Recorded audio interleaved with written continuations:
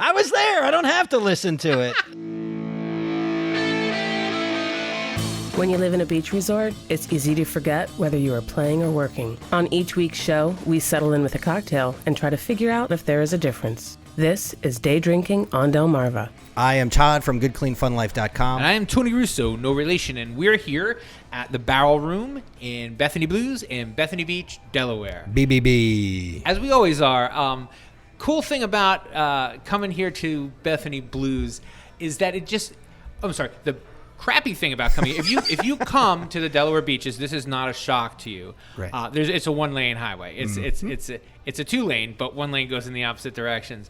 And the amount of times that I'm like, should I kill myself or should I just be late? Today was one of those days I was behind a house, which is something that happens here. They move houses on one-lane roads, and if you don't like it, too bad. I feel like it's a rite of passage. If you haven't been stuck behind a house as part of the quote-unquote traffic, I think that you haven't lived on the Eastern Shore long enough. And it really doesn't take you that long to... It's just the for me, I feel trapped. I mean, I only drive fast when there are other people on the road. Right. By myself, I have no idea how fast I'm going. Right. But everyone else is like an obstacle to me. But I remember talking to a friend of mine about this, and I think the thing that makes it important and that separates the Delaware beaches from the Maryland beaches is they're like, well, why don't they make the roads wider? It's because it shouldn't be too easy to get here. Right. You know, we want to restrict access. You don't want, because fewer people aren't going to come. It'll just be more people. And I mean, if you've driven down Route 1, for instance, so Route 1 is the way that a lot of people from the north will come down before they get to the Delaware beaches. And there are sections of Route 1 that I cannot believe there aren't more gunfights. But when you're especially around Dover. But when you're coming from west to east, when you're heading to the beach from points west, like central Delmarva where I am, there are just these long country roads, and if someone's moving a house, if someone's driving a tractor, like, these are things you're going to end up behind them. And I appreciate that more than, I know, for instance, Maryland for the last couple of years and increasingly is talking about adding a span to the bridge, For the Bay Bridge. The Bay Bridge.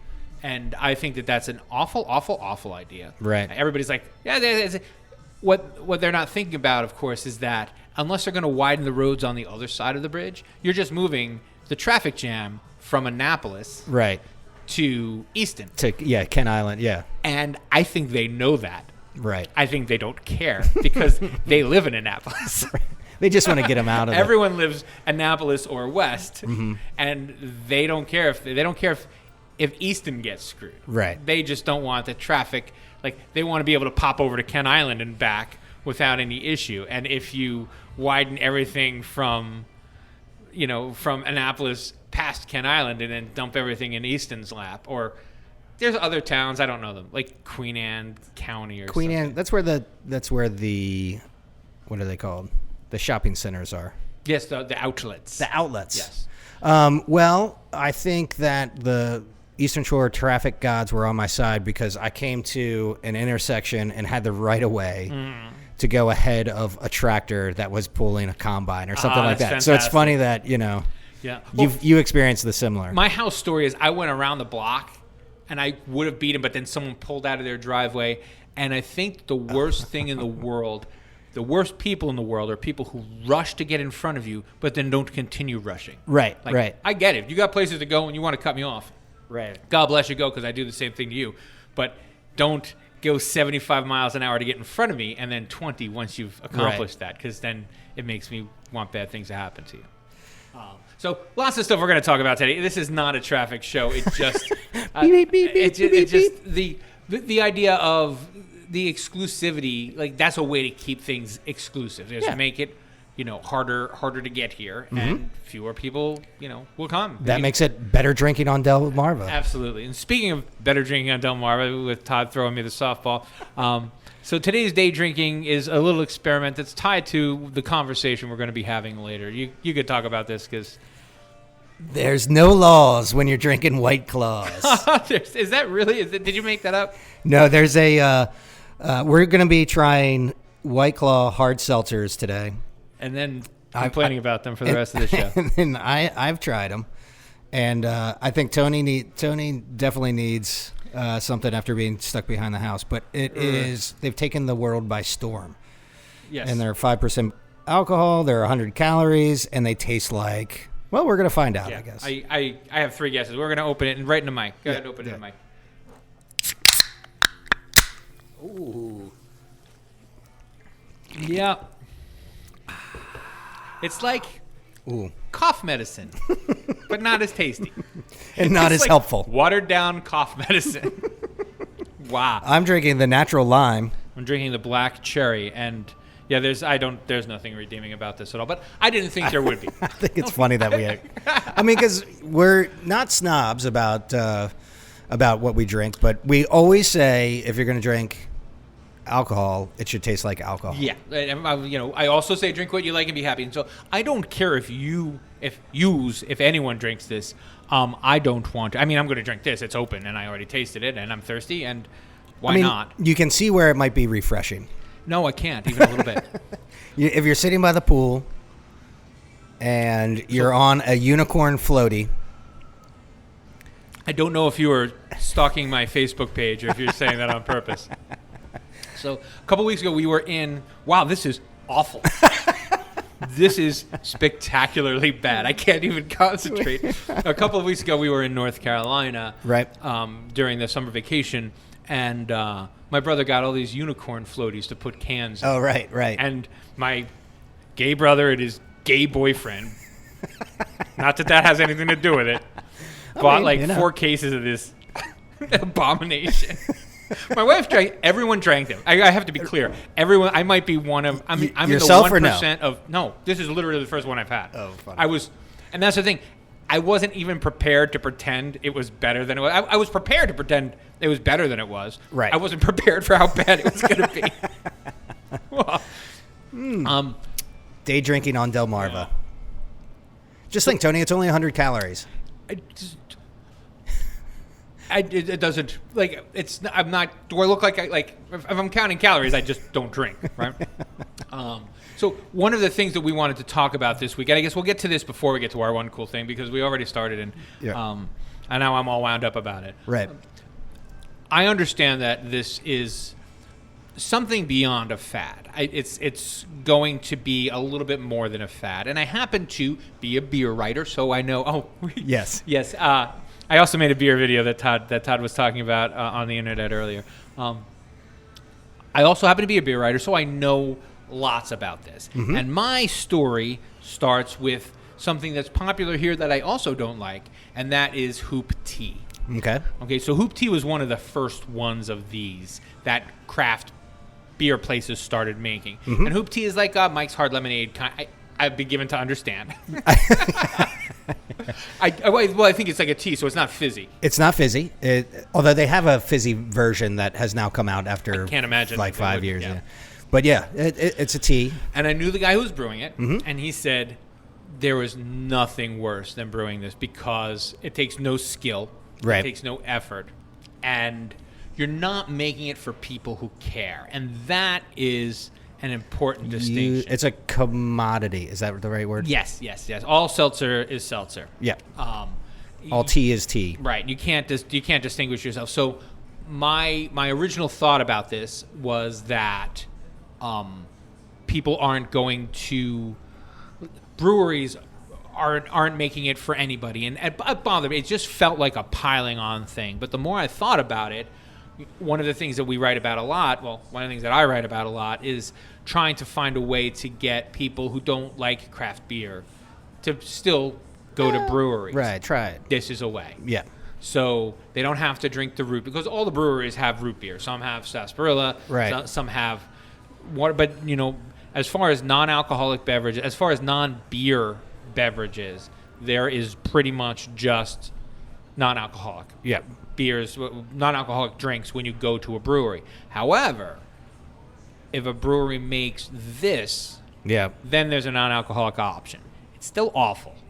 There's an alcoholic, or there's an alcoholic option. A non-beer option. A non-beer option. And if you haven't had these, I wasn't really a lot kidding about the, what did I call it? Syrup, cough cough syrup. It's not a pleasant flavor. Do you want to try the lime? No. I've already coated my tongue in this, so I'm immune to each sip as it goes. Perfect. Each sip gets a little bit better. Can I get a bourbon chaser? This is the thing. One of the people that I follow on my beer Twitter was actually saying that very thing. They were like, White Claw is really good with this flavored vodka, and I'm like, so wait, Yeah. yeah. If you kill all the if you kill all the taste with alcohol, yeah, I'm sure it's fine. You know, Right. If I had 4 shots before I drank this, I'm sure I'd be enjoying it as well. And we talked last week. We talk often about how when you make a choice, you're voting for the culture, and that's where I think this disconnect comes. Why people get outraged about White Claw soda, hard seltzer. Like I get outraged about it because when I go to a craft brewery now, there's going to be one less option. There are going to be 5 sour beers, 7 hazy IPAs, and 3 hard seltzers. Yeah. And then and no porter. Where's the porter? No porter. And this, it's weird. Like in the wintertime, they make porters, but they just make 12% porters or whatever. Like just flavored beer has kind of fallen by the wayside. It's on its way back, and we can talk about that at any time we like. But more important, I want to talk about some of the reasons that I think this is on the rise. Have you noticed? Clearly, you've actually had one in real life. Yeah, I literally was floating on a llama. It wasn't a unicorn. On a llama in a pool, and I'm like, you know what? I'm gonna. You know what? It was after a night of drinking a lot of beer, and I needed something. I needed something a little different. So yeah, I went the basic bro direction, and it's terrible. It's not good. But when you know after a night of drinking natural lights, which is also not good, you know. Well, it's not. But I don't agree that it's bad in the natural light way. Right. Only because I also don't like diet soda. Mm-hmm. And this tastes like diet soda to me. Right. And I remember when Pepsi One came out, because that's how old I am. Yeah. They don't still make that, right? That was a failure. I have no idea. Right. I'm thinking no. So Pepsi One came out. It was like Coke Zero, except Pepsi's version. Right. And I saw it everywhere. And I'm like, you need to try it. I'm like, that is going to taste bad. If you try it, you're not going to like it. And I did this for like months. Psyched yourself out. Well, just I would see it like at the grocery store checkout. They'll have they'll have Pepsi Zero, and I don't. To be clear, also I don't drink any soda at all. Right. I don't drink it in my whiskey. I don't drink it in my life. The only soda I drink is soda water soda. So water with bubbles. I drink water. I drink coffee. I drink tea. I drink booze, and that is it. I'm with you. Yeah. So soda's just not my thing anyway. Diet soda is even more not my thing. Mm-hmm. And when I tasted that Pepsi Zero, I'm like, you don't even get to complain. Yeah. When I broke down and bought it, I'm like, why would you complain about this? You knew what it was going to taste like. It tastes like that. Why would you get mad? Get mad at yourself for being stupid, but don't get mad at Pepsi for putting out an awful product. Well, and this also, clearly they are sort of advertising the same Pepsi Zero kind of mentality as that, like wrapped in something that may be good for you because it's gluten-free and not only 100 calories. You know, like it's written right on the can. Do you think this will go the same route as Pepsi One, which will spike in popularity over summer, and then will we see it again next summer? Or we'll I don't think there's a world where we don't see it again next summer. I don't know. So this is what's going to happen this year, which is really interesting. So wellness beers are a thing now. Mm-hmm. Slightly muddy. Sequench was an early one, and now lots of people are making wellness beers, which have it's disingenuous to call them wellness beers. I think that's a making fun of name. I don't think anybody really thinks of that. Okay, yeah, I feel like that's the first time I've heard that as a again the beer writer in me. It's not my term. That's someone else's term that I've read. So the idea behind these wellness beers is they have fruit in them, or they have electrolytes of some sort, so salt or whatever. Right. And the idea is that people like drinking craft beer, but they don't like drinking. But they don't like to have a lot of alcohol, and they don't like to have a lot of calories and things like that. I feel like that's 30% myth. Mm-hmm. I in my experience, when you go to the store and there is a 6-pack for $10 that has 6 10% beers, and there's a 6-pack for $10 that has 6 3% beers. Yeah. You got to really like that other beer to get the lower ABV. The thing about craft beer, although we don't talk about it a lot, the thing about craft beer is that it does have the higher alcohol. And the reason it has the higher alcohol is because when you make something good, it produces a lot of alcohol. Right. And it's not about getting hammered, it's about taste and flavor.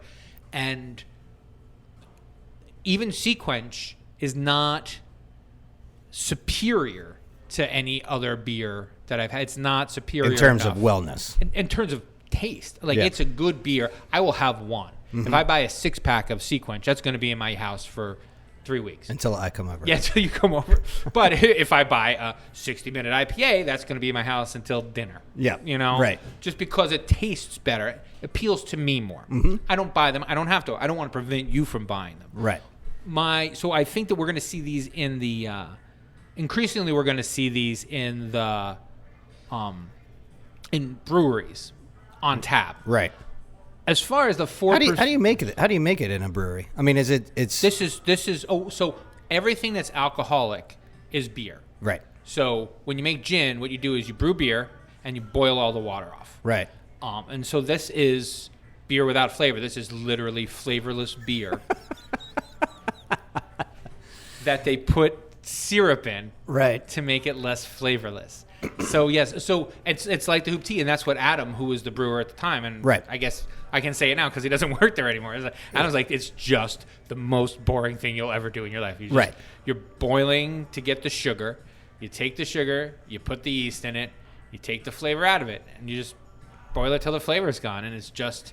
It's not pleasant to make. I saw a fun meme again on beer Twitter. It was a kid who had grabbed onto a merry-go-round and was like slowly going around like on his back. Yeah. The merry-go-round was pulling him in a circle. It was like a kiddie merry-go-round or something. And it said like brewers making, Joyless. Yeah, it's absolutely joyless. And that is where it's weird to cross a line. Like I would be shocked to see many proper breweries clogging up their canning lines with things like this. Right. I don't see this. Like, I don't know who makes White Claw. Does White Claw make White Claw? I don't know. The other I was just going to say something I forgot. Whoever makes White Claw, I'm sure they're good people, but it's a factory production kind of thing. Right. I think this is kind of like making the cultural vote for Ruby Tuesdays versus I think it is. your corner, And the other thing chef. is, and one of the things that people have been talking about a lot is, for instance, there was a week last year where there was not one 6-pack of Not Your Father's Root Beer to be had on planet Earth. Yeah. It hit and it was huge, and then it disappeared. Right. You can still see it occasionally. Not Your Father's still makes stuff, but not that much stuff. Yeah. And what I feel like with this is, especially, is people are going to find, yes, that's novel, but now I want something to drink. Right. Like I drink, I'll drink a gin Ricky, and what you're having is essentially a gin Ricky. It's vodka, soda, and lime. Right. So I'll have a gin Ricky, and that's a really nice drink to have. The diet, without the diet taste, I would prefer this. Without the diet taste, it would be dangerous to drink. Right. Because if you open this and you don't taste the aspartame, you don't know you're having alcohol. Right. And the next thing you know, you've had 12 of them and you're lying on the floor calling for your mama. Or you're drowning in the pool Or you're underneath of the unicorn. So it's like they And have your gay to, brother and his gay boyfriend are laughing at you. And then my wife's. So while I was away, my wife's gay friend came over and he left some in my So you refrigerator. can't get away from it. I'm like, I'm starting to take it personally. Yeah. I've always been a big supporter of the gay community, but guys, at this point, I'm really feeling attacked. Just back off with the White Claws, man. Marry yourselves. Don't put garbage in my refrigerator. Drives me crazy. perfect. Actually, I don't. Now that I said that out loud, I feel like my brother. And I know there's no way it must have been Danny who brought it. Wouldn't it be surprised if it was your cop brother who brought it? I wouldn't be surprised if it was my cop brother. Okay. If my brewer brother who brought it would shock me a little bit. Yeah.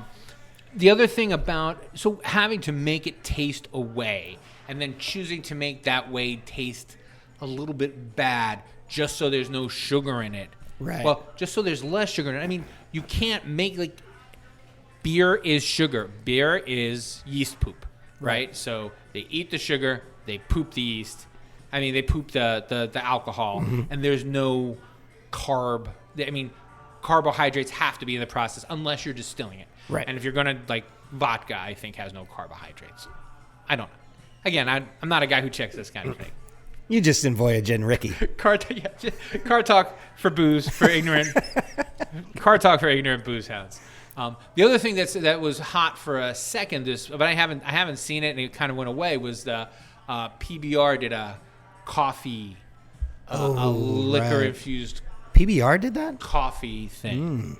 And I couldn't find any, so I couldn't taste that. I don't know how that's going to go. But these are going to be all over the beach for a while to come. I think this is different from Not Your Father's Root Beer because it's seltzer. It feels cleaner. It doesn't feel soda-y. Right. It tastes like if you care enough to check to see how many calories are in this, then the flavor of aspartame doesn't bother you. Right.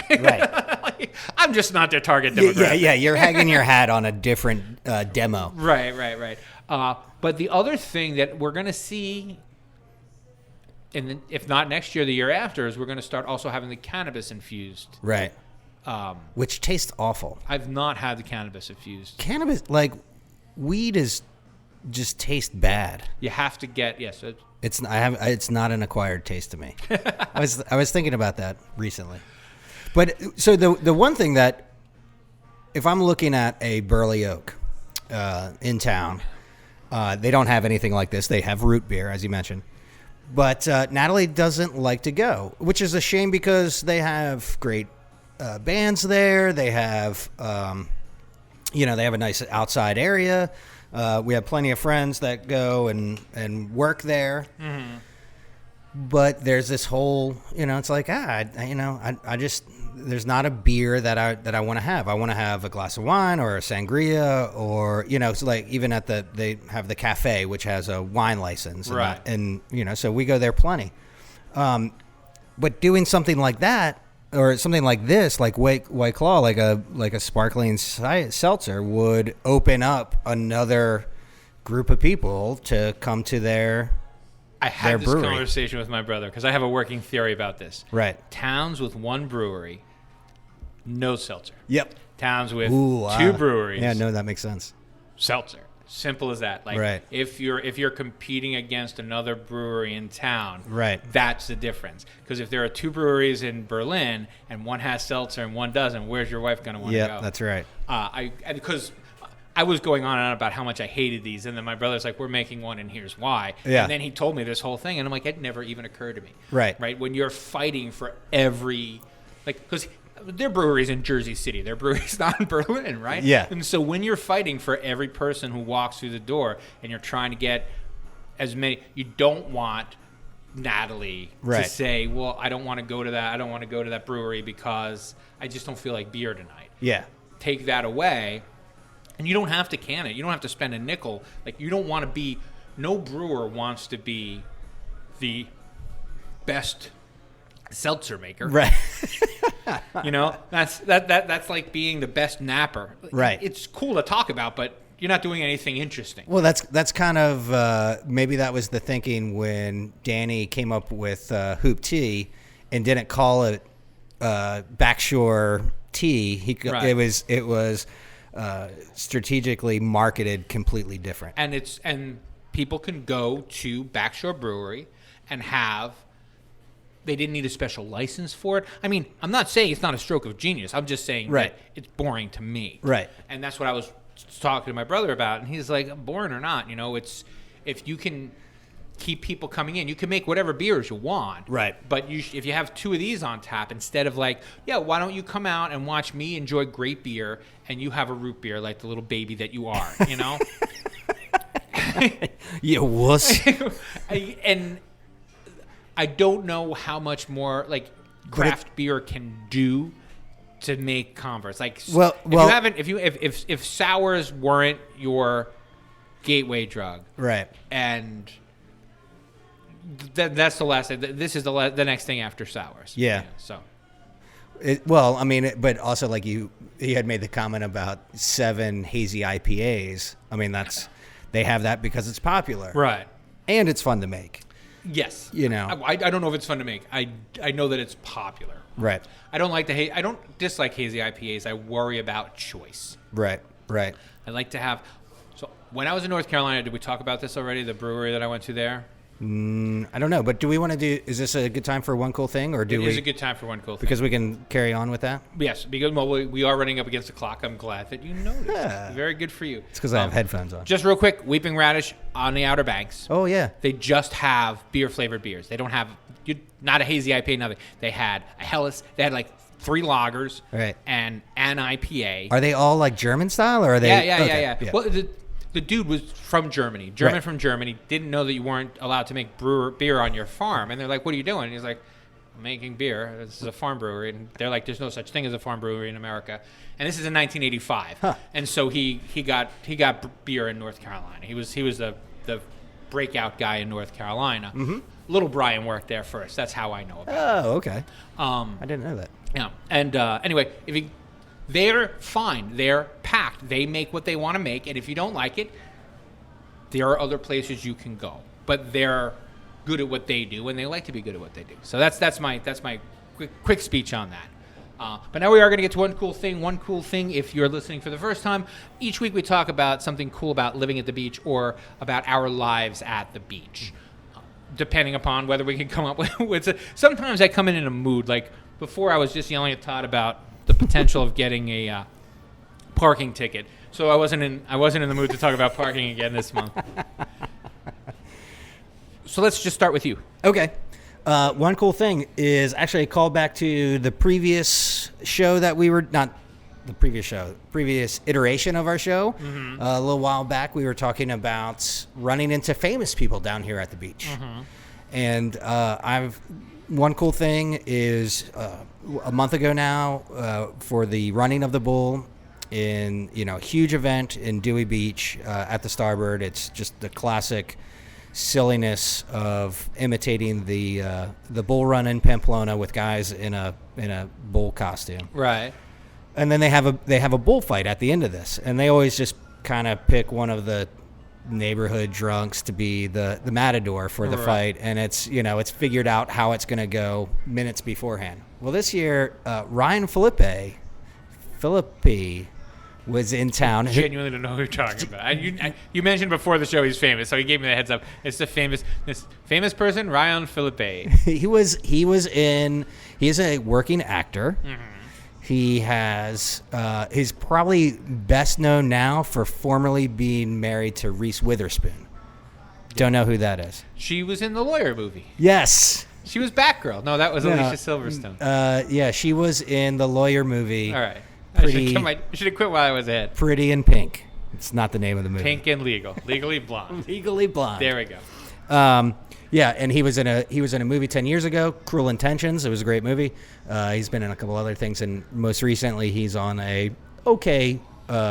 show on Netflix called The Shooter.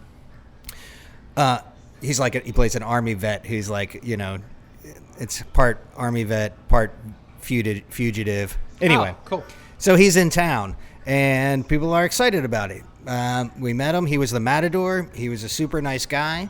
It was a cool thing to have this, this person with, some fame to be part of our little event here in Dewey Beach down here on the Eastern Shore. And it was really, really cool. But that was like a month ago, and he hasn't left yet. So now he's just like the drunk weird uncle who's just Ryan Phillippe again. Who's always around. Well, we have spoken about this on the previous show, and if I can think of the episode number, I'll link to it. But what I think is very interesting about, there's an attraction here that it's called the Quiet Resort. It's not, I mean, Bethany's the Quiet Resort, I guess. Bethany Bethany Fenwick, Dewey not so much. All right. The less quiet resort. the noisier resort. Yes. But the idea is that people come here because there's not the same level of recognition. We've talked before about, like, when you go to Los Angeles, you know, like, famous people are like, you know, I'm out, but now people are going to look at me. And I'm like, well, it's because you live in Los Angeles. Like, right. If you go to Los Angeles, if you live in Los Angeles and you're a famous person, people are going to gawk at you. Right. There's a great story. A friend of mine told me that he liked New York better because the famous people didn't mind walking around because everyone in New York was too cool to admit they recognized a famous person. Right. And they mostly got left alone. Yeah. This again was in the 80s. Now I think it's a little different now. But, you know, this idea that you can maintain your anonymity just because people don't want to be like, you know. Right. Oh, is that? No. Well, yeah. It's none of your business. Just be cool. Right. And I think here it's a similar. It's a similar vibe in that I don't think people don't come here looking to see celebrities. Mm-hmm. So if they see one, it's like, wow, that guy looks a lot like Ryan Phillippe. Yeah. But he wouldn't be in Dewey Beach, so it can't be him. Right. Right. And exactly. I think this is kind of a refuge. There was someone else that you were telling me about, but I don't. A football player. Was there a football player who used to come here? Doug Flutie? Oh, yeah. Doug Flutie would come here. He was probably here a couple of weeks ago for the 4th of July. He'll play basketball on the courts right out here across from Bethany Blues. So, and I think that most people, again, when you're on vacation especially, you're really just thinking about, like, having your own fun. You're not thinking about, when you're on vacation in Los Angeles, you're looking for celebrities. When you're on vacation in Bethany, you're looking for parking. Yeah. You can use that as the bumper sticker. There you go. My one cool thing was I got to see Iron Maiden recently, the heavy metal band. I've never seen them live before, so I was absolutely surprised. I drove down to Georgia. Iron Maiden. I mean, that's like the classic. Yeah, that's early. Like, I bought my first Iron Maiden record in 1983. Run to the Hills. Run to the Hills is on it. Yes. But the way that relates to life at the beach is only that since I don't work here, I can go where I want to go. Right. But I went to Atlanta to see them, and Atlanta is hot and poorly designed. So I don't. It's not a shock to me that it's not the kind of tourist destination that other places are. Only because it's hellish to get. Like, I've driven to New York. Mm-hmm. My buddy used to live on Long Island, and he's like, I'd move back to Long Island in a second before I'd move to Georgia to Atlanta on purpose again. It's worse to get from his house to downtown Atlanta than it was from him to get from Long Island to Manhattan. Wow. That's how awful Atlanta is. It's brought to you by the Atlanta Chamber of Commerce. But they don't have houses on their freeways. What I was shocked about, and I think they'll be at Virginia Beach. They do the amphitheater thing, so they'll be around on the East Coast if you have the chance to see them. And even if you only have a passing interest in Iron Maiden, I was not prepared for how theatrical it was going to be. Right. There was literal fireworks on the stage. Uh-huh. There were monster heads. There were sword fights, and I thought they were just going to go and sing heavy metal songs from when I was a kid. No, they acted out every one. But the two things that I admired most about Iron Maiden after discovering them after the show, and it had nothing to do with the show, was one of their guitar players had quit maybe like 15 years ago. Right. 10 years. In the past, one of their guitar players quit, and they hired another guy who was age appropriate, so it wasn't like they hired a 20-year-old. I got you. They hired another 60-year-old. They got to be 60, right? They got to be knocking. I'm 50. Yeah. They weren't 10 when, or exactly. Yeah, they weren't, or yeah. And I was 13, and they were already on their 4th album. Right? Yeah. So, and then the other guy came back, and rather than fire the guy, they just kept him. So now they just have this extra guitar player on, and I just thought that was cool. That I just thought it was cool that like they didn't fire the replacement guy. Right. They're like, yeah, we're Iron Maiden. If we have 3 guitar players, we have 10 guitar players. Who cares? Yeah. And just spending that kind of money for just to not have to fire someone is must be a nice privilege. Yeah. And I'll follow that up with they have their own airplane, which I did not know. Still. 747 airplane. Wow. Not a private jet. They have a 747. They put the whole show on the 747. Oh, my goodness. And fly from event to event. And the lead singer flies the airplane. Flies the 747. How crazy is that? Are you kidding me? No, not at all. Holy smokes. So I thought that was super neat. And I'm like, you know what? If you have your own 747, Right. you can afford to keep on an extra guitar player. Yeah. And then I saw that the T-shirts were $45 and did not buy one. But now you understand why. Well, yeah. I mean, like, if I could get someone to pay me $45 for a T-shirt, maybe I'd buy a 747 too. There's got to be something, too, with, I mean, royalties for a band that is still, playing. Do they still make money off of royalties because of, I think they make money off of concert tickets. Yeah, that's where everybody makes their concerts and merch, so they're permanently on tour. And the other way they make money is they have Trooper beer, and that's the other thing I wanted to talk about. Because I've had Trooper beer, and it's a British ale, and it's not going to knock anybody's socks off, but that is the freaking point. Yeah, right? Just beer flavored beer. So I don't love it, but when I see it, I'll get it because it's not rare, but it's not all over the place. And he did a little bit of a beer commercial on. Yeah. He didn't say anything about Trooper beer, but he came out and he said, "I see some of you out there drinking Bud Light. That's not a beer. That's an insult." And you're like, I like this guy. Well, because Trooper beer was on sale there. Uh-huh. And what was interesting about that is when you're Iron Maiden, you're like, and you need to buy, because the distributor is the one who sells the beer. Mm-hmm. And the distributor and the venue would be like, oh, well, we'd like 50 cases. And then the distributor says, well, you can have 100 cases or you can have none. Like, what are they going to do? Like, they're going to not have this beer there because they're going to sell it for $15 a pint. Yeah. Maybe, I don't know what they were getting. I didn't buy a beer either. Right. So I think that food in hotels and food at concerts are what food really should cost. I think we should be very afraid of that. But still, I don't buy them when I'm inside. Yeah. Until I have to, pay $15 a pint, at the Stop and Shop down the block. Yeah. I won't pay that. That's true. And so that was my one cool thing. And to just tie it back a little bit more delicately, when you live here all year, it is depressed enough that you can have a normal. You don't have to make a ton of money to be able to, have excursions and to get away for. Sorry about that, guys. All right. To get away. I'm not even taking this out. The other thing about this god awful. So this is the longest it's ever in the history of man taken. Is this 12 ounces? Is this 16 ounces? 12 ounces. 12 ounces. This is the longest it's ever taken me, including I could go through 4 shots of whiskey before I'm still only about 2/3 of the way done with this White Claw. I cannot recommend it. I mean, if you like it, we can still be friends. Yeah. If you like it, let me know. I got some in my refrigerator stuff. My wife drank it. I cannot. This is really not my favorite. I want to be on record. I know White Claw is not going to sponsor us, but I'm going to be on record and say, go to the store, get some seltzer, get some Tito's, bring them both to the beach. Right. Mix them. Yeah. It'll taste better, and then you know how much. Get some airplane bottles. Right. If you need something potable. Yeah, the third Tito's you put in, you're like, okay, well now, that's probably been enough. Yeah. So. But we are really up against the clock, and I'm pretty much out of things to say about it, so I got nothing else. How about you? I got nothing. All right, well, until next week, remember, at the beach. It's happy hour when you say it is.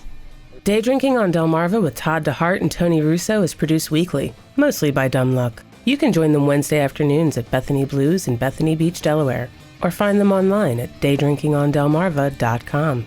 Thanks for listening, and we'll check back in with you next week. Good enough. All right. Good enough.